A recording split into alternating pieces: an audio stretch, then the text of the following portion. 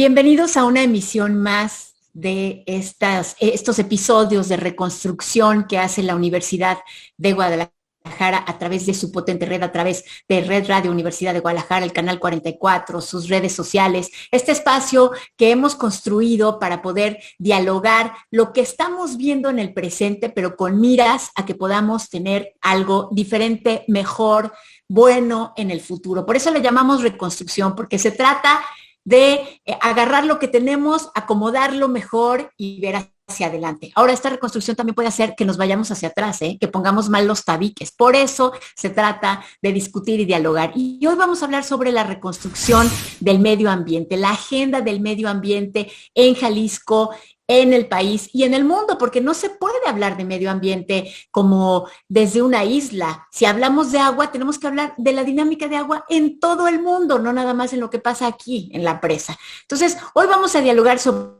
eso con tres expertos y le voy a dar la palabra ya sin más preámbulo a nuestra primera panelista.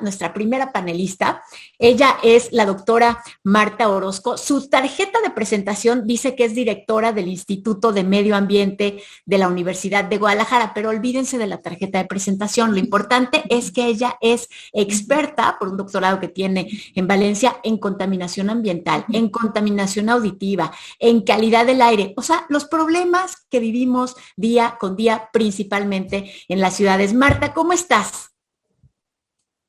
Muy bien, buen día a todos. Muchas gracias por este espacio que nos concede la universidad para poder compartir con ustedes pues esta riqueza de temas que nos permiten justamente avanzar a construir mejores espacios ambientales, mejores espacios para el bienestar y pues atenta y Babel al diálogo y a que podamos de alguna manera poner estos puntos que nos ayuden a reconstruir nuestros espacios urbanos. Marta, pues hay que empezar poniéndoles línea a los candidatos. Estamos en periodo electoral, ojalá nos estén escuchando, nos estén viendo para que sepan cuáles son las prioridades. Empecemos con el diagnóstico que tú tienes sobre los problemas que estamos viviendo ahorita en la ciudad de Guadalajara y en municipios aledaños. Bueno, los grandes problemas que tenemos en la ciudad no son tan diferentes a los que ocurren en una pequeña localidad al interior del estado. Entonces, el reto que tienen nuestros candidatos y los futuros representantes ante el municipio y ante, digamos, las cámaras, pues son muchos y tienen que ver justamente con esta debilidad en cuanto a la falta de un esquema integral para el abordaje de los problemas ambientales. Los podemos ver desde dos puntos de vista o desde varios puntos de vista, pero bueno, a lo mejor dos puntos de vista interesantes que nos pudieran permitir como acercarnos a los problemas es desde el ámbito de la salud ambiental. La salud ambiental lo que hace es visualizar, los esquemas de la comunidad, los esquemas de las sociedades, de las comunidades humanas, desde el ámbito en donde la gente come, donde la gente se recrea, donde la gente se traslada, donde la gente habita, donde la gente trabaja, duerme, descansa, se recrea. Entonces, visto desde este ámbito, desde este contexto de la salud ambiental, todos estos espacios están en una condición de degradación, en una condición que requiere una reconstrucción para mejorar la calidad de vida, para mejorar el bienestar de las personas. Entonces, empezar a visualizar desde un punto de vista integral, desde la salud ambiental, con este enfoque, nos puede permitir identificar espacios para el bienestar de las comunidades. Si lo vemos también desde otro punto de vista, por ejemplo, desde el ámbito de los recursos, el agua, el aire, el suelo, las áreas verdes, los alimentos, pues el reto también es igualmente complicado, porque tenemos que empezar a identificar cuáles son esas debilidades y esos puntos en donde nos hemos estado fallando que no nos han permitido una buena relación con el entorno. Y entonces vamos a tener que desde el punto de vista del agua, pues no se ha hecho una buena administración del recurso. Entonces el reto es muy grande porque se tiene que empezar a ver el recurso agua como un aliado, como ese elemento fundamental para todos los procesos biológicos, como ese proceso fundamental también para todos los procesos productivos, pero visualizarlo también desde el punto de vista que requiere toda una infraestructura para una buena administración del mismo. porque derivado de la mala administración de recurso agua es que tenemos tantas debilidades y deriva en tantas situaciones de desastre, en tantas situaciones de caos, en aspectos que tienen que ver con la sequía, en aspectos contrastantes como tienen que ver con las inundaciones y en algo todavía más lamentable como es en la contaminación y la poca intención que se tiene de atender este problema de saneamiento y de limpieza de los diferentes cuerpos de agua que tenemos en el estado. Otro aspecto también que tenemos que tenemos que tener en cuenta e identificarlo de una forma pues muy bien localizada es lo que tiene que ver con la contaminación del aire. El aire no podemos prescindir, así como podemos prescindir tal vez unas horas y días sin comer, podemos prescindir tal vez unas horas y algunos días sin beber agua, pero sin respirar no podemos. Entonces, la calidad del aire es un aspecto que ha venido también a debilitar muchos aspectos que tienen que ver con nuestra salud.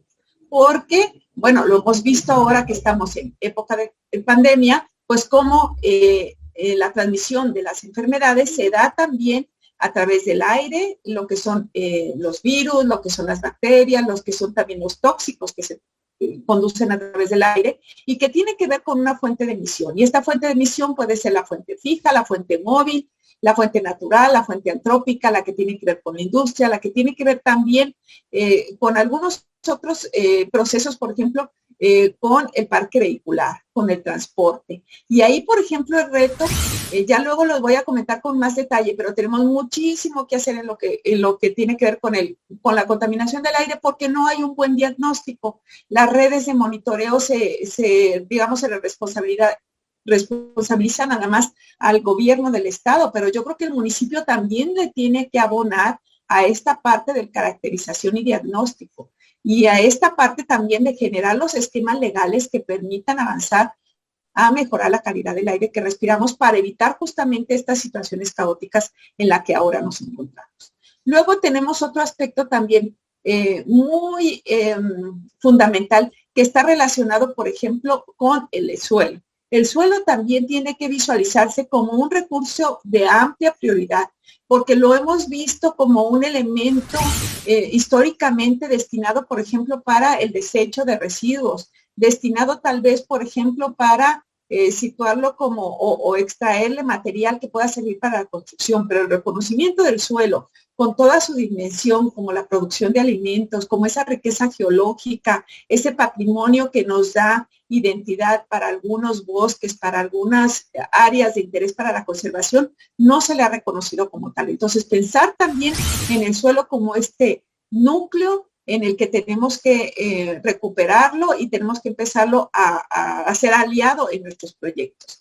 Entonces hablamos ya de lo que tiene que ver con el agua, con el aire, con el suelo y las áreas verdes, los parques públicos. Ahí está el reto mayor si queremos aspirar a un bienestar en nuestras sociedades. No nomás visto como un parque que me ayude a llevar a mi mascota a hacer unas cuantas vueltas o para que el niño a lo mejor no delate y se dé unas cuantas maromas y me regreso. No, el parque visto como un espacio y un núcleo para que las familias, para que las diferentes esferas de la sociedad lo vean como un espacio para reconocimiento y contacto con la naturaleza.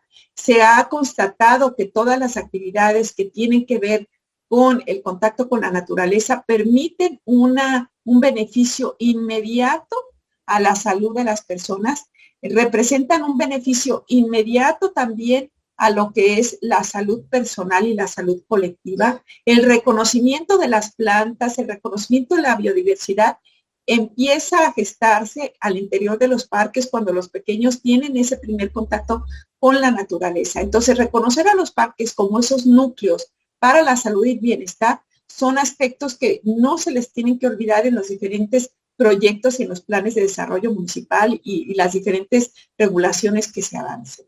La otra cuestión que tiene que ver es con los alimentos. Y los alimentos también, ahí tenemos un reto mayúsculo en donde tenemos que empezar a visualizarlo desde los alimentos también de origen más natural y menos ultraprocesados. Y bueno, ahí están, digamos, los retos mayores en general. Ya mis compañeros y doctores ya empezarán a comentar con más detalle y bueno, ahí está un poco el panorama.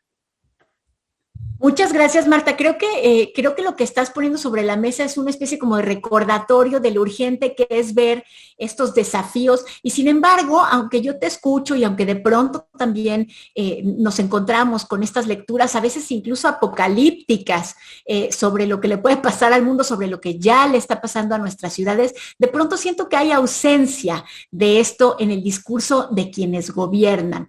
También nos acompañan el día de hoy Mario López y Eduardo Santana. Así que antes de que ellos hagan su planteamiento sobre los desafíos para la reconstrucción de la agenda, les voy a pedir que reaccionen a lo tuyo. Mario, ¿qué opinas de la manera en la que estamos viendo a los funcionarios hacer caso omiso de esta agenda que nos ha recordado Marta? Bueno, desde mi punto de vista, hacer caso omiso a la agenda ambiental es hacer caso omiso a la vida. O sea, lo que la doctora Marta nos ha señalado está en la base misma de la vida. O sea, digamos, evidentemente se trata de muchos efectos que los vemos cotidianamente y que nos estamos acostumbrando de manera terrorífica a ellos, ¿no? La contaminación del aire, la contaminación del agua, el mal uso del suelo, y los vemos avanzar, y parece que es un asunto, un avance indetenible, ¿no? Pero lo que pasa es que lo que está en juego es en realidad la vida humana y la vida de los otros seres no humanos. Mientras no tengamos esa perspectiva, pues como dice la doctora, o sea, me parece que la agenda va a estar siempre, digamos, pendiendo de un hilo. ¿Por qué? Porque la política precisamente se diseñó y se pensó de manera milenaria para favorecer la vida pública, ¿no? Lo público, lo que nos es común. Entonces el medio ambiente está en el centro de lo común, ¿no? Porque nos liga como seres humanos, a ricos y a pobres, ¿no? A gente que ha estudiado, a gente que no lo ha logrado hacer. Entonces, evidentemente, o sea, sacar fuera de la agenda política, y en este caso de la agenda electoral, el tema ambiental es precisamente sacar afuera, o sea, vendernos una ilusión, no sé si me voy a entender. O sea, estamos como asentados en una base ilusoria, como si la base material que nos da sustento estuviera bien, ¿no? Entonces pudiéramos hablar de otras cosas de alta política, ¿no? De desarrollo, de progreso, pero el problema es que tenemos un sistema frágil, quebrado, el sistema, digamos, biofísico, material está quebrado y se está quebrando cada vez más. Me parece a mí que es un asunto de visiones. Hay una ceguera muy importante en la política en este momento, ¿no? Y efectivamente vamos a ir a pasos agigantados a que diversas fracturas en el ambiente nos van a ir indicando la necesidad de cambio. Debería ser un cambio realmente desde una perspectiva ética, ¿no? Pero está siendo un cambio, desgraciadamente, desde el avance de lo catastrófico. O sea, lo pudimos ver, por ejemplo, con los incendios en la primavera, ¿no? Recientes. Bueno, por ahí podría decir. Qué interesante lo que planteas, porque además, Mario, me parece que de pronto estamos como entre dos extremos que son los de, bueno, lo que tenemos que hacer es no usar a la naturaleza, no gastarla, no destruirla, o lo que tenemos que hacer es meterle tecnología y conocimiento para incrementarla, no sé. Sobre eso yo creo que nos puede hablar Eduardo Santana. Eduardo, ¿tú qué opinas de lo que acaban de plantear Mario y Marta? Yo estoy de acuerdo con lo que dice Marta y con la primera parte de lo que dice Mario, no tanto con la segunda. En primer lugar, pues lo que dice Marta es serio, es cierto, y aparte me lo está, pues ya dijo todo lo que yo iba a decir al principio, pues, pero en esencia es, ¿qué haces, dónde y con quién? Para mí ese es el elemento. ¿Qué haces, dónde y con quién? Y esa pregunta es la que baja los grandes temas de cambio climático, contaminación global, conservación de suelos, pérdida de biodiversidad planetaria, producción de alimentos, agua, energía, aire, urbanismo y urbanismo sustentable, que son los grandes temas. Y como ella dice, en esencia nuestro cuerpo es más de la mitad agua. Somos bolsitas de agua que caminamos en la tierra. El agua es fundamental. Entonces, ¿cómo gestionamos el agua y dónde se produce? La comida que nos mantiene, para eso necesitamos el suelo, el aire, que como mencionó, el oxígeno y los contaminantes. ¿Dónde vivimos? ¿Dónde trabajamos? ¿Dónde vamos a la escuela? nuestro hogar, nuestra familia y nuestra comunidad, o sea, la reproducción sexual y la reproducción sociocultural en nuestra comunidad, los espacios y oportunidades para el desarrollo espiritual, cultural y la recreación, y lo que se mueve entre esto, que es el transporte y es la comunicación. Y la comunicación es fundamental, es lo que yo quiero mencionar, y tú hablaste ahorita del discurso, Ibabel, porque la comunicación es la que nos ha permitido, como dice Harari, construir las fantasías compartidas que han hecho nuestra especie la más exitosa del planeta. ¿Cuáles son las fantasías compartidas? Oye, Eduardo, pero espérame, déjame interrumpirte porque ya te vas a ir de largo con lo de la comunicación y yo quiero que eso sí nos lo expliques bien, pero no quiero que se nos acabe el tiempo y no nos digas en qué estuviste en desacuerdo con Mario. No, ok, lo voy a dejar, nomás voy a acabar esta parte. Fantasías sí. Compartidas. En esencia, el PRI, el PAN, Movimiento Ciudadano, PRD es una fantasía compartida. La UDG y el ITESO son fantasías que no existen, compartidas. México es una fantasía compartida.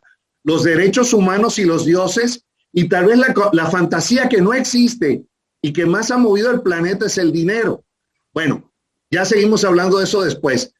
Lo que dice Mario, estoy totalmente de acuerdo con él, a excepción de un punto. Ni es una crisis, ni es un problema, ni es catastrófico los incendios en el bosque de la primavera. La primavera se ha venido quemando durante miles de años. Desde antes que llegaran los europeos, se han quemado 2/3 partes y ahí está el bosque y hasta están adaptados las especies para el fuego. El dilema ahí de la primavera, que ahorita es el que está porque nos afecta, es que para salvar el bosque hay que quemarlo y muchos no quieren quemarlo, no quieren hacer un manejo científico del bosque. Entonces, hay temas ahorita, el de la primavera nos está sirviendo para muchas discusiones, pero no son catastróficos los incendios de la primavera. Muy interesante. Fíjate que es que lo vemos y sí nos asusta muchísimo. Nos quedan unos segundos y yo creo que tiene que contestar Mario y Marta también a lo que plantearon. Mario. Sí, bueno, yo diría el problema es la tendencia, porque el mal manejo del fuego, por ejemplo, en el bosque, se va a incrementar. Yo no alcancé a decir eso, pero no veo políticas para un manejo responsable e inteligente del fuego. Entiendo que el fuego es un elemento que va a estar presente en el bosque, es necesario, pero ante escenarios de cambio climático de 2 a 3 grados centígrados en los próximos 30 años para Jalisco, entonces, ¿qué va a suceder con esto, no? Las contenciones. O sea, solo que decir una cosa acerca de esta idea de lo catastrófico, que no la voy a alcanzar a defender en este momento, pero sí decir, ¿por qué se recurre a un importante voluntariado cuando hay incendios en la primavera? O sea, tendríamos que tener una programación mucho más efectiva para que no sean 3,000 o 4,000 hectáreas las afectadas. No sé si me voy a entender. O por lo menos, me parece a mí que debería haber suficiente información pública para entender cuál es la balanza eficiente de incendios que debe tener el bosque. Por ahí le veo yo, ¿no? Pero de acuerdo con Eduardo, siempre claro, y estoy de acuerdo con su visión. Creo que en este punto podríamos discutir más después. No, tenemos que seguirlo discutiendo, pero Marta tiene que cerrar este primer bloque. Marta.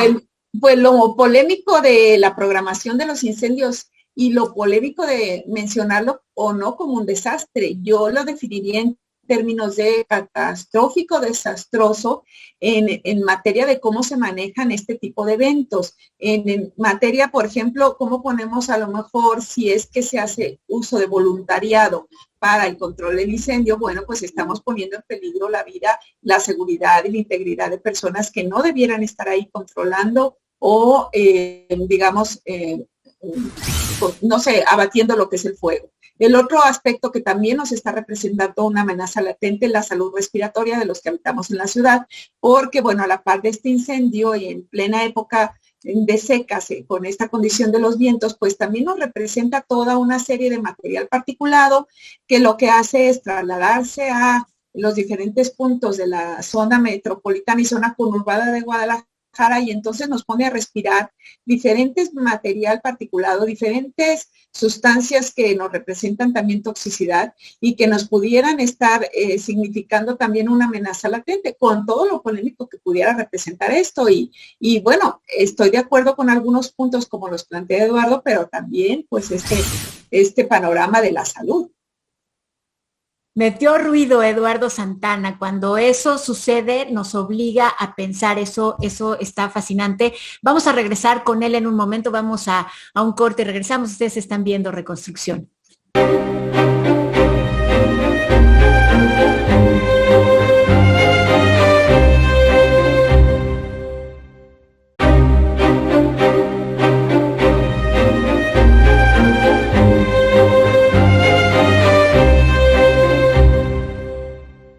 Bienvenidos, muchas gracias por seguir acompañándonos en este programa de reconstrucción en el que estamos hablando sobre el futuro del medio ambiente, no solamente en Jalisco, sino en el país y en el mundo, porque estamos discutiendo las ideas que hacen que estemos metidos en este embrollo. Y ahora vamos a darle la palabra al doctor Eduardo Santana, quien en el bloque anterior metió ruido con el tema de el bosque de la primavera, que a todos nos asusta, pero nos estaba platicando que en realidad, bueno, el bosque se ha quemado siempre, aunque también sus colegas pusieron énfasis en el impacto que tiene eso en la urbe y en la falta de planeación y políticas para enfrentar algo que ha sucedido siempre. El doctor Eduardo Santana es profesor investigador y director del Museo de Ciencias Ambientales, pero olvídense de eso y de un currículum muy largo que tiene. Lo que a mí más me llama la atención es que él fue uno de los creadores, participó en la creación de la Reserva de la Biosfera Sierra de Manantlán y la Junta Intermunicipal de Medio Ambiente para la Gestión Integral de la cuenca baja del río Ayuquila. ¿Por qué me llama más la atención eso que todos los trabajos que ha publicado? Pues porque es un hombre que se remangó y se metió a trabajar en lo que considera que se tiene que hacer en el campo, en territorio, en calle. Bienvenido nuevamente, ya habíamos hablado en el bloque anterior, pero ahora sí te cedemos la palabra para tu planteamiento. ¿Cómo estás? No, bueno, pues muchas gracias, Isabel, y la verdad que es un gusto estar con Mario y con Marta aquí.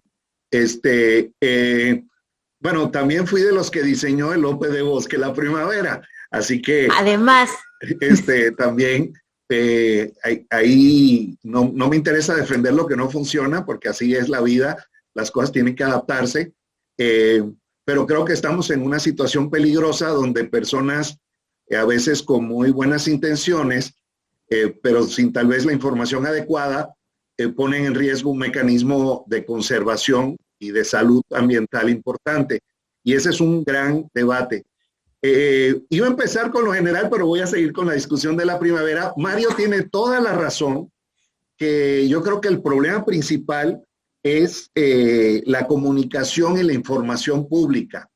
Yo estoy muy enterado porque soy parte de la Junta de Gobierno del OPD del Bosque de la Primavera, y hay un programa de manejo del fuego que está en proceso de desarrollo, que toca los puntos que se han mencionado. Por eso sí se requiere un debate e información al respecto. Además, ¿por qué se ha tardado tanto esta situación? Entonces, pues yo invito a la Universidad de Guadalajara, que está organizando esto, a que haga otro evento para discutir justamente la gestión del bosque de la primavera. Porque, ahora sí a los políticos, el aspecto principal está en los alcaldes. Estamos ante una organización de gestión de un área protegida inédita en el país, la más democrática que existe, donde único tienen voz y voto los propietarios, las universidades, las asociaciones civiles y los alcaldes. En todas las otras áreas federales, es un área federal decretada, solamente opinan y punto.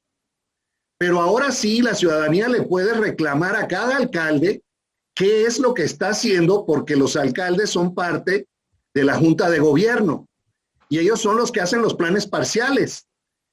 Entonces, estamos en una situación, en un experimento inédito en el país, donde creo que inclusive las universidades y las asociaciones civiles todavía no nos cae el 20 de cuál es nuestra forma de participar en este nuevo esquema de gobernanza y cuáles son las responsabilidades que tenemos. Entonces, es una discusión fascinante que yo sugiero que la tengamos a futuro. Vuelvo ahora con el tema general y con lo que se mencionaba. La verdad que vivimos en una esquizofrenia de narrativas sobre el medio ambiente en México. Es una situación donde hay un discurso que administración federal por administración federal, pudiéramos bajarlo a administración estatal y también a administración municipal, parecería que en México estamos justo en el borde de alcanzar la sustentabilidad urbana, y es que debemos estar orgullosos de tener de los más brillantes pensadores que generan unas propuestas maravillosas, pero donde siempre fallamos es en aterrizar estas propuestas en el terreno.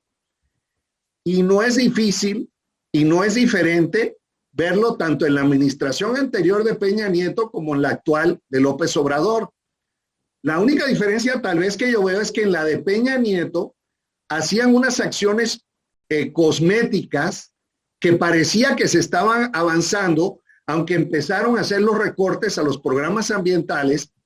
Y ahora en la de López Obrador, la esquizofrenia es mayor, porque si vemos el Plan Nacional de Desarrollo, dice que en 5 años vamos a tener un país perfecto, pero todas las acciones, desde el punto de vista ambiental estoy hablando, pero todas las acciones van en contra de ese proceso. Y en el diálogo día a día ya no es cosmético. Ya no importa la biodiversidad, porque personas famélicas no van contra jaguares gordos, porque no importa el cambio climático ni el aumento de la contaminación con el petróleo. O sea, ya hay una desfachatez desde una filosofía donde el medio ambiente no es importante ni para la economía ni para la salud pública. Entonces, estamos ante una situación en la cual ya hemos cortado el 75% del presupuesto a las dependencias federales ambientales. Imposible. Jalisco tiene más dinero para combatir incendios que la CONAFOR. O sea, estamos en una situación inédita donde hagan de cuenta que el gobierno federal de López Obrador en medio ambiente es similar a Bolsonaro en Brasil. No, en la pandemia no lo podemos equiparar, aunque tampoco cantamos mal la ranchera desde el punto de vista de hacerlo mal, pero no es el extremo de Bolsonaro. Pero entonces, la narrativa, el diálogo y el discurso no van acorde a lo que se dice que se va a lograr, y les recomiendo el artículo de Cuauhtémoc León que recién sacó en Animal Político. Tampoco los científicos ni los ambientalistas estamos sabiendo comunicar con las realidades del ciudadano común. Me asustaste muchísimo, Eduardo, con lo que acabas de decir, con esto de que sí se puede equiparar la administración federal que tenemos con Bolsonaro en Brasil, que hemos visto la destrucción que ha habido. Me asustaste muchísimo, pero me llama la atención que pongas sobre la mesa la poca capacidad que se ha tenido desde la academia y desde la política para recoger estos temas y llevarlos al terreno. Voy a darle la palabra a Mario López para que reaccione sobre este planteamiento. ¿Estás de acuerdo, Mario, en que aquí hay una carencia de la comunidad científica, además de la ineptitud en el ámbito político? Tú eres el que puedes mejor contestar esto, porque tú sí le entraste al tema ambiental por el lado de la política y la gestión pública, que es tu especialidad. Bueno, yo definitivamente estoy de acuerdo en esta distancia que se construyó durante años, durante décadas, entre los científicos y la realidad, digamos, la aplicación en la realidad, ¿no? O sea, no quiere decir que de fondo esté mal que la ciencia se haya dedicado a su propio desarrollo, pero el problema es que la aplicación concreta del conocimiento quedó en manos, digamos, o quienes no quieren escuchar a la ciencia o quienes no le pueden entender.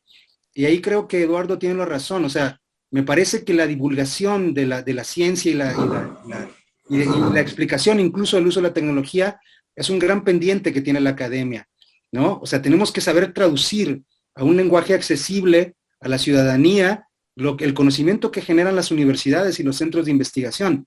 Sin eso vamos a tener como lenguajes tan separados que la ciencia va, o sea, digamos, la aplicabilidad que tiene que ver con el día a día de la política se va a quedar separada. Entonces, quienes van a estar aplicando conocimiento técnico van a ser los administradores públicos, que no está mal, pero, o sea, lo que está en el fondo es, si no cerramos filas intersectorialmente entre los científicos, el sector gubernamental, el sector empresarial, la ciudadanía, no vamos a poder encontrar soluciones integrales a los problemas medioambientales que nos aquejan, ¿no? Eduardo también decía eso, o sea, es que ¿cómo es que llegamos a la ceguera de que el cambio climático no importa? O sea, esta construcción discursiva tiene que ser también una responsabilidad, creo yo, de los académicos, explicar este proceso. O sea, ¿cómo llegamos a no entender? Por ejemplo, ¿cómo es que llegamos a confundir a las presas como las generadoras de agua? Ahí tenemos un ejemplo muy claro de esta sobreconstrucción tecnológica que nos separa de no es lo mismo una presa que un río. El agua viene del río, no viene de la presa. Tienes toda la razón, Mario, y a este análisis que acabas de hacer, también yo añadiría, por lo menos lo que yo veo, que es a veces el tono apocalíptico de quienes no son académicos, sino que son activistas y que lo son por derecho propio y muy admirables, pero ese tono apocalíptico no sé si aleja más a la población. Necesitamos respirar el humo del bosque de la primavera para ponernos al tiro, pero en cambio el tono apocalíptico no lo queremos escuchar. Marta, ¿no crees que pasa algo así? Pues es un poco entre también el drama, la tragedia de lo ambiental. Lamentablemente lo ambiental se presta mucho para utilizarlo como bandera y como posicionamiento para darse como que un plus o para situarse en la moda. Pero pues esa bandera ambiental pues ya tiene en la moda desde los años 70 y no ha pasado de ahí en muchos de los ámbitos. Entonces, ¿qué necesitamos hacer? Verdaderamente necesitamos ese compromiso entre las diferentes esferas de la academia, de la política, del empresario, como comentaba Mario, como comentaba Eduardo, pero desde el punto de vista como más sensible. No, yo estoy pensando, por ejemplo, es un rato que frecuentemente cuando hay un diálogo de esta naturaleza me gusta lanzarlo. ¿Por qué no sentarse los diferentes sectores, las diferentes rectores de las universidades públicas y privadas en una mesa de diálogo a que resuelvan el problema del transporte universitario? ¿Por qué no sería mucho más fácil pensar en un transporte único universitario para los estudiantes de la zona metropolitana o zona conurbada de Guadalajara? Y estaríamos pensando también, nos quitaríamos de ese apuro que tenemos a lo mejor las madres de familia, que cuando fuera de época de pandemia, que nuestras niñas tenían que ir a estudiar y que tenían que madrugar en la inseguridad. Esos son los retos que tenemos que dialogar en conjunto. Cosas como más específicas, ¿verdad? Cosas muy concretas, cosas que no parezca que tienen que ver con la remodelación del mundo entero, sino con nuestra vida cotidiana, que nos permita tener una mayor calidad de vida, además, y que se puedan hacer mañana, no dentro de 500 años. Eduardo, vamos empezando a cerrar este ciclo. ¿Qué opinas de lo que dicen Marta y Mario? Ambos ponen énfasis en la necesidad de un mayor diálogo intersectorial. Yo hablaba de este tono apocalíptico y Marta también habla de los problemas muy concretitos que sí se pueden resolver fácilmente. ¿Tú qué dices?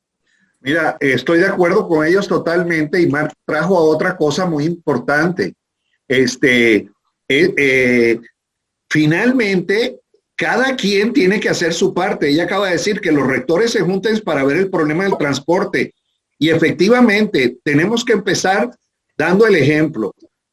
Mi universidad, si la Universidad de Guadalajara no tiene un programa integral del agua en cada centro universitario, no tiene un programa integral de desechos sólidos en cada centro universitario, no tiene un programa integral de biodiversidad en cada centro universitario, y por ahí me voy, pues ¿qué andamos diciéndole al Estado y a la nación cómo tienen que manejar su agua, sus desechos sólidos y su biodiversidad? Tenemos ese problema. y creo que lo que dijo Marta lo podemos aterrizar. El ITESO, lo digo, está Mario aquí del ITESO, pero igual a cualquier otra universidad. Y si nosotros no le exigimos a los alcaldes que hagan lo que les toca en el ámbito constitucional de gobierno en su territorio, ¿qué tienen que estar los alcaldes diciéndole a los gobernadores o los gobernadores diciéndole al gobierno federal? Entonces, para mí, ese elemento es todavía más importante.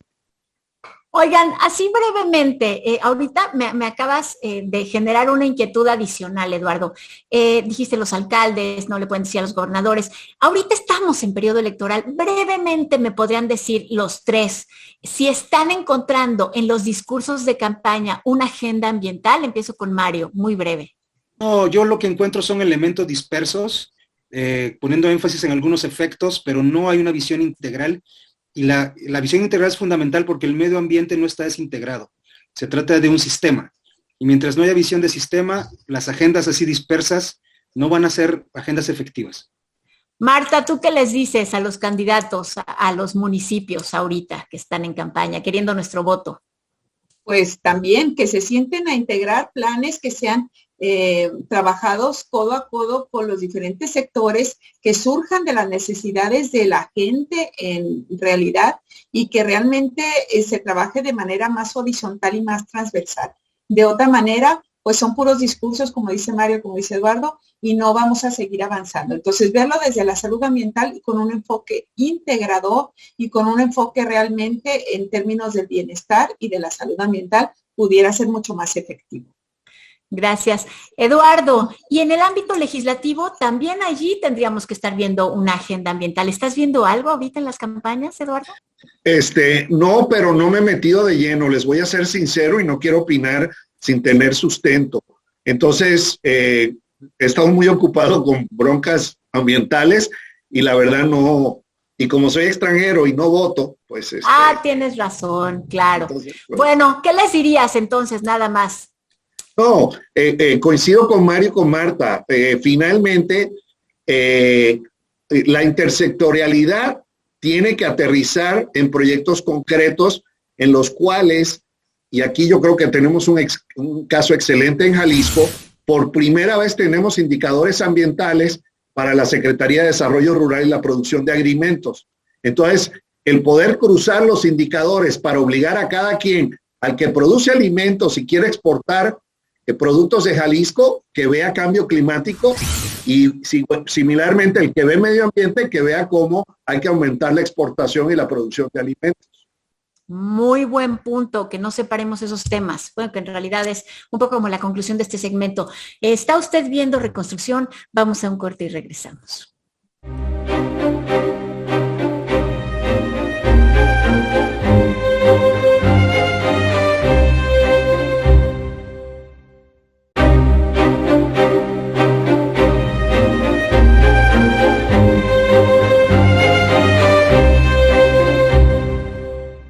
Gracias por seguir con nosotros. Estamos en el programa de Reconstrucción, dialogando ahora sobre la agenda del medio ambiente. Y me da un gusto enorme que ahora vamos a escuchar el planteamiento de Mario López. Él es investigador del Centro Interdisciplinario de Vinculación y Formación Social en el ITESO.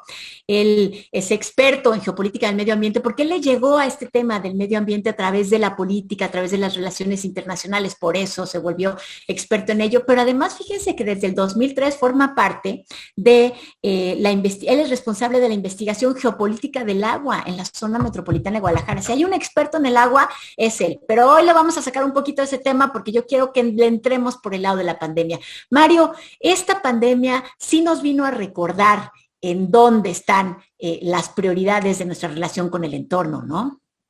Totalmente de acuerdo. Yo creo que, regresando un poco a lo que señalaba Eduardo, del olvido del cambio climático o cómo ignoramos los procesos ambientales, resulta que desde mi punto de vista la naturaleza está irrumpiendo por sí misma para hacerse valer, es decir, está levantando la voz, ¿no? Lo podemos ver, digamos, en catástrofes de magnitudes amplias como huracanes, terremotos, que tienen la particularidad de poder frenar la dinámica humana. Cuando la dinámica humana se frena, entonces hay un factor de poder que se manifiesta, ¿no?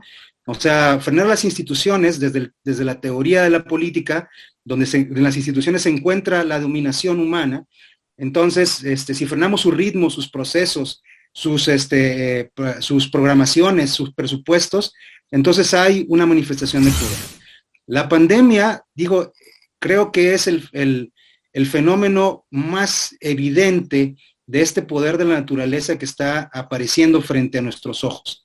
Es decir, obviamente hay muchas discusiones, pero el origen de la pandemia, que tiene que ver con con su basamento, evidentemente esta relación que sea zoonótica entre enfermedad animal, enfermedad humana, que se ha discutido tanto, de todas maneras, sea como sea, nos revela que un virus, una minúscula entidad, ¿no?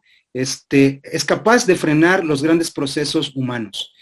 Nos frenó, nos metió a las casas, frenó nuestros ritmos, cambió la economía, y si eso no nos hace ver que somos realmente codependientes con la naturaleza, codependientes y pertenecientes también a sus ritmos y a sus ciclos, nunca vamos a poder construir una política adecuada para nuestro estado. Esto de la reconstrucción de la agenda ambiental en Jalisco precisamente pasa por recibir las lecciones de la pandemia, las lecciones de regresar a una transformación del pensamiento.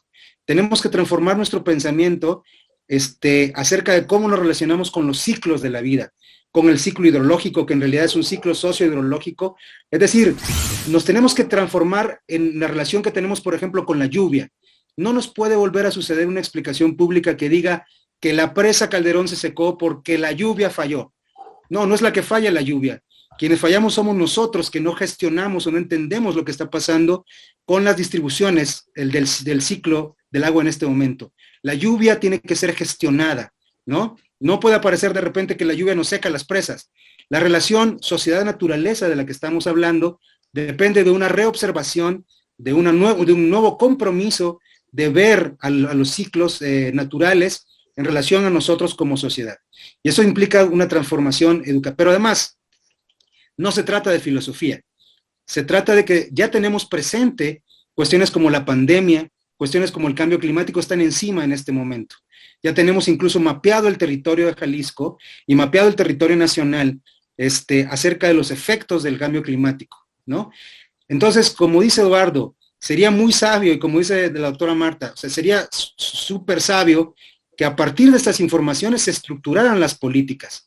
De otra manera, vamos a hablar de paliar a los efectitos por ahí. O sea, que no nos vendan la idea de que el reciclamiento de basura es la gran política.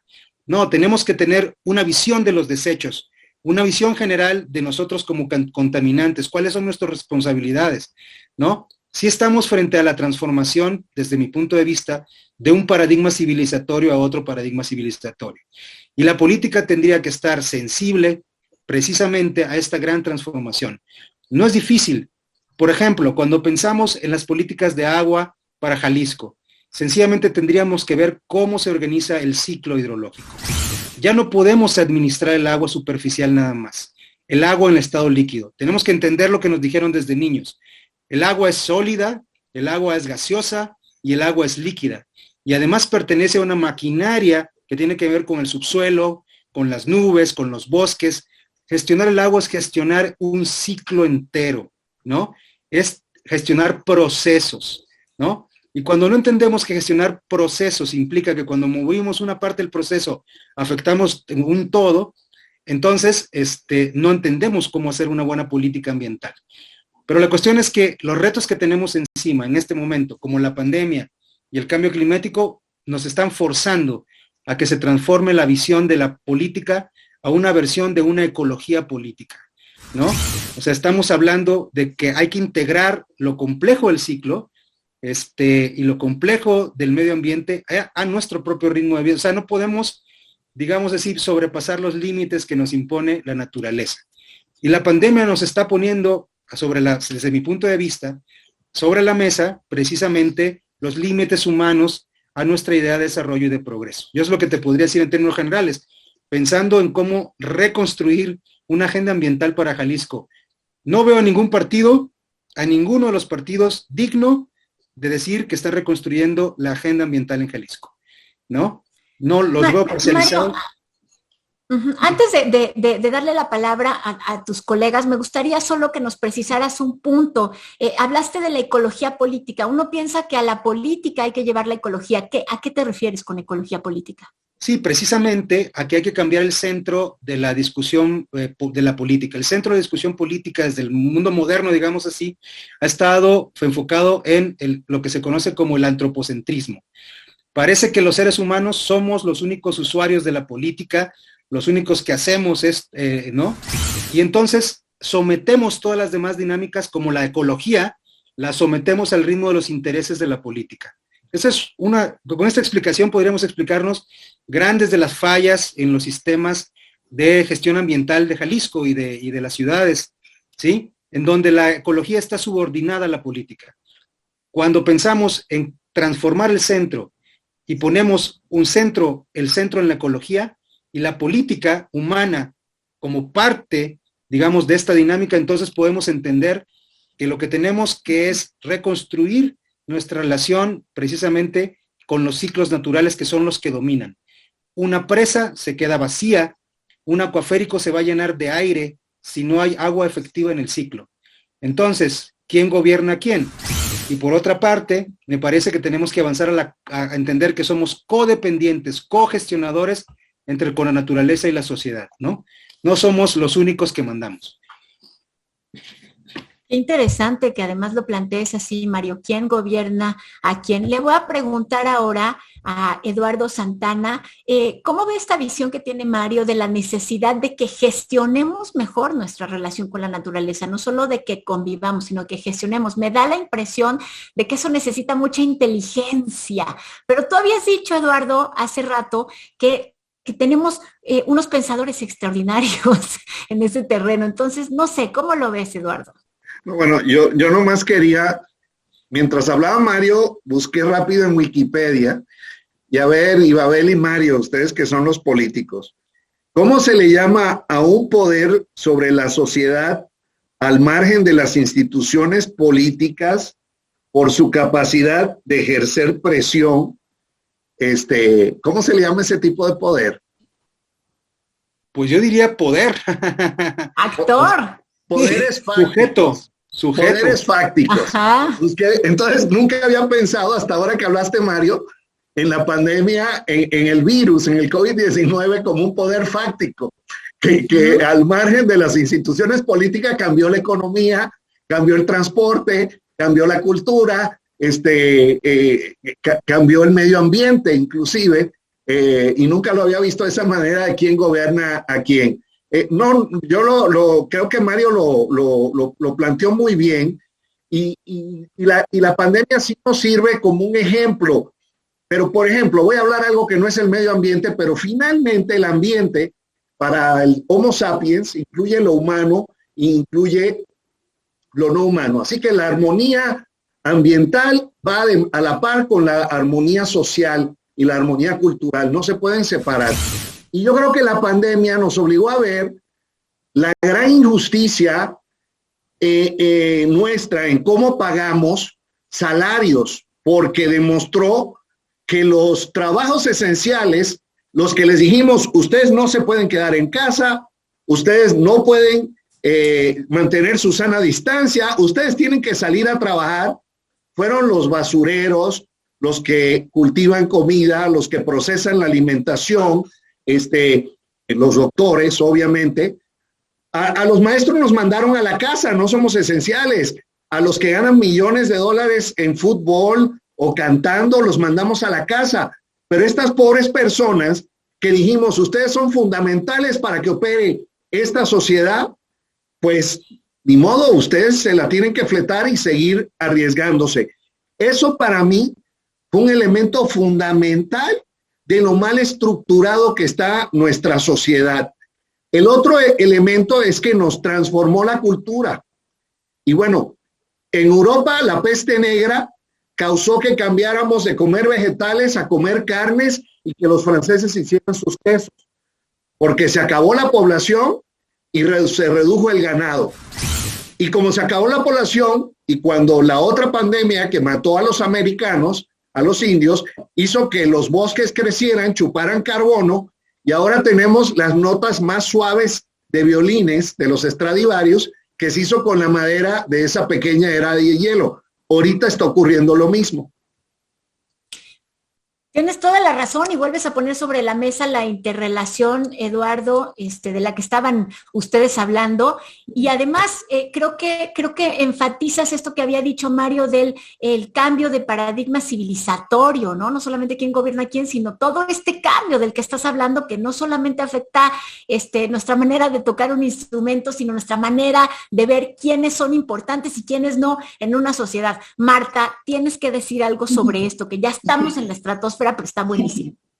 Sí, no, bueno, pues yo creo que el problema latente ya estaban ahí. Lo único que hizo la pandemia fue como que revelar esta serie de crisis y esta serie de problemas. Entonces se hicieron más evidentes a raíz de una situación de esta magnitud, como es ese virus que se vino a instalar en nuestros procesos biológicos y que nos vino a recordar cuán frágiles y cuán, digamos, sensibles somos hacia los diferentes procesos que rodean nuestro ambiente. Entonces, es recordarnos que somos un ser más de esa biodiversidad magnífica, que no somos tan importantes ni tan necesarios, la verdad, pero que somos un elemento que tenemos que empezar a convivir de una manera como más cordial con el ambiente. En el momento que nosotros empecemos a reconsiderar nuestras formas de relacionarnos con la naturaleza de una manera como más armónica, pues entonces la naturaleza también responde en mejores términos.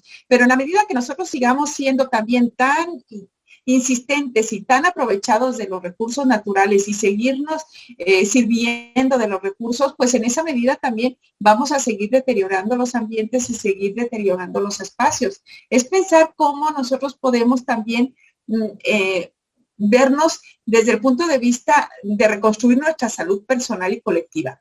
Las personas que más han respondido de una mejor manera o más eficientes ante pues esta pandemia han sido estas personas que tienen unos mejores hábitos, que tienen una resiliencia, que tienen una mejor condición de salud que les ha permitido pues digamos hacer frente a las complicaciones del coronavirus. Entonces, ¿qué tenemos que hacer? Empezarnos a reconstruir también en lo personal y luego recordarles a los políticos cómo también pueden empezar a reconstruir la parte ambiental desde sus políticas y desde sus proyectos y desde sus agendas públicas. Ya pusiste el tono para terminar el programa, Marta. A ver, ella dice, tenemos que empezar por lo personal. Ya sé que pusieron muchas tareas sobre la mesa, pero Mario, ¿por dónde empezamos? Una palabra, dos. Pero yo creo que hay que tener una transformación de nuestra mirada, todos y todas. Okay. Tenemos que ver que codependemos de la naturaleza. Eduardo, ¿por dónde empezamos si pudiéramos escoger una cosa? Empezar por tu casa y tu familia en lo que haces. Pues sí, claro, no, como tú dices, no podemos pedirle a las autoridades si nosotros mismos no lo hacemos en nuestros espacios más íntimos. Muchas gracias por haber participado en este interesantísimo webinar. Yo la verdad es que aprendí mucho y eso que estamos rodeados de esta información, pero está ausente del discurso público, está ausente de las campañas.